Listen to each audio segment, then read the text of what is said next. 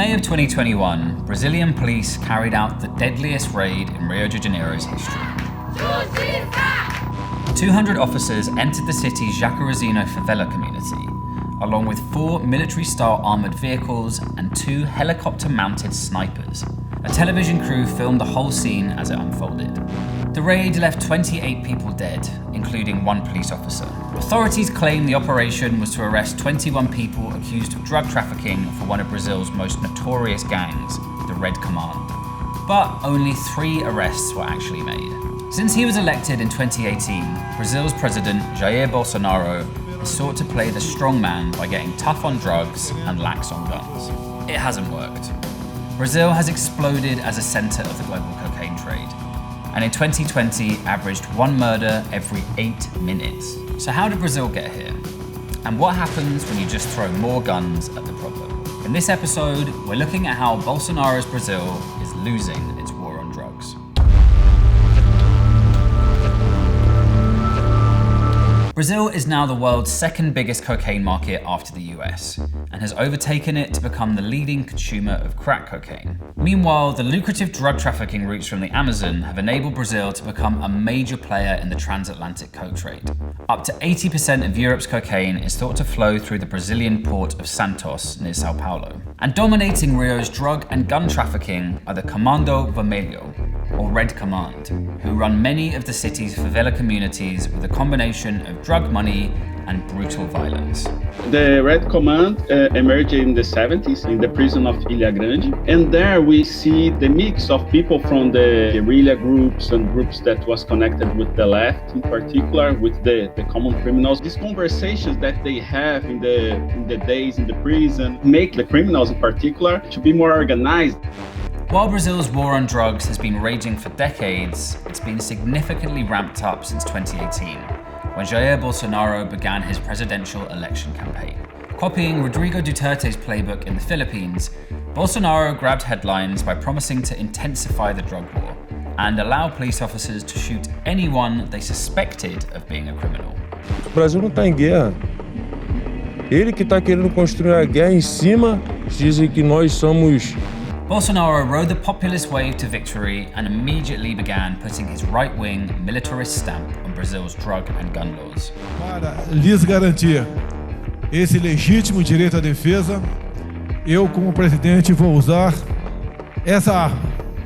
Back in 2014, Bolsonaro genuinely suggested that taking drugs turns you gay, which didn't bode well for a man with a pen in his hand and the power to change laws. Stating he hoped that criminals would die in the street like cockroaches, he raised the minimum penalty for drug trafficking to 8 years and moved Brazil away from proven harm reduction policies, instead focusing on coercive abstinence and forcing people into Christian-run rehabs. Tem que não faz parte da sacanagem. Sempre tem que aparece vendendo munição, que aparece vendendo acessório, fuzil, assim vai. I understood that these laws cause more harm than the drugs themselves. So I was already retired and I started to write about drug legalization, about the necessity of putting an end to this policy. Também é urgente acabar com a ideologia que defende bandidos e criminaliza policiais. In something of a libertarian irony, just as Bolsonaro was getting tough on drugs, he started to relax gun laws. He got out his favourite pen and signed a decree making it easier for Brazilians to keep weapons at home, loosening restrictions on ammunition and declaring that every Brazilian citizen should own a rifle. This was despite the fact that Brazil has one of the highest homicide rates in the world, 3 times the global average. 2017 was Brazil's deadliest year on record. There were nearly 64,000 murders, the most in the world. Ele vai fazer o mundo, o Brasil, entrar numa guerra urbana. Você vai ver, em vez de a gente estar ali para matar um comando vermelho, um ADA, a gente vai fazer o quê? Vai escutar a casa do polícia para matar aquele cara que é policial, que obedeceu a ordem do Bolsonaro.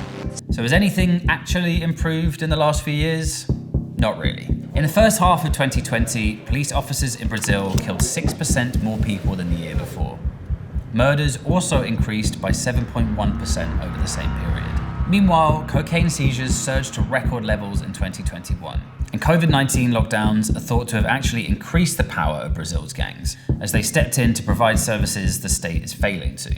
And, as so often with drug prohibition across the world, these policies are disproportionately targeting the most marginalized members of Brazilian society. Black Brazilians make up 56% of the population, but account for 67% of the prison population and 79% of those killed by police. Nearly all the victims of the Jacarezinho raid were black.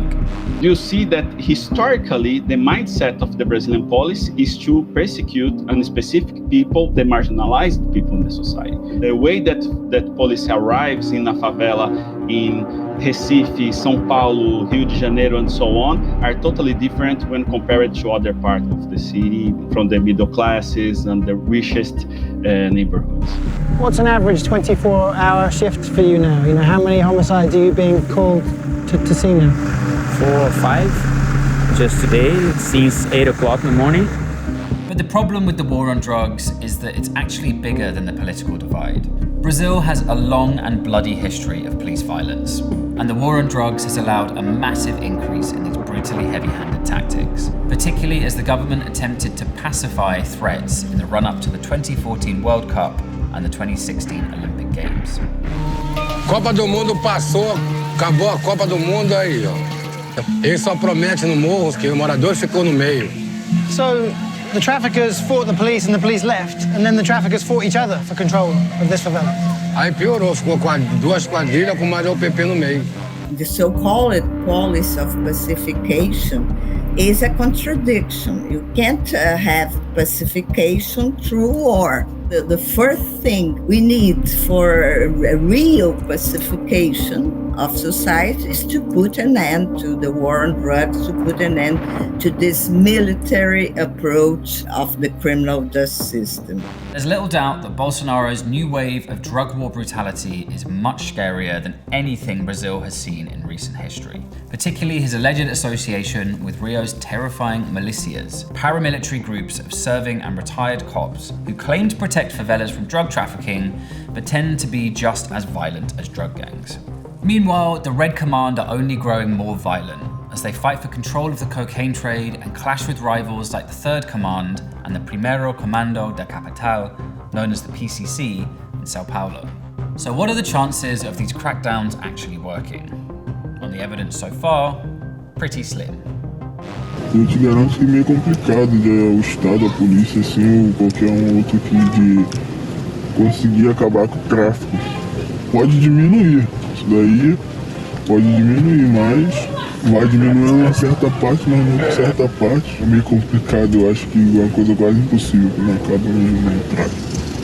The Jacarezinho raid may have also been unlawful due to a Supreme Court ruling to cease operations during COVID-19. And yet, police continued to enter the favelas and kill civilians throughout 2021. As of January 2022, hundreds of heavily armed police are occupying Jacarezinho. As Brazil prepares for a general election in October of 2022, there may still be hope that the approach to drugs could shift away from the policies that have failed for decades. But if Bolsonaro and his favorite pen stay on for another term, the favelas will likely be the scene of drug war battlegrounds for years to come. We'd like to congratulate drugs for winning the war on drugs.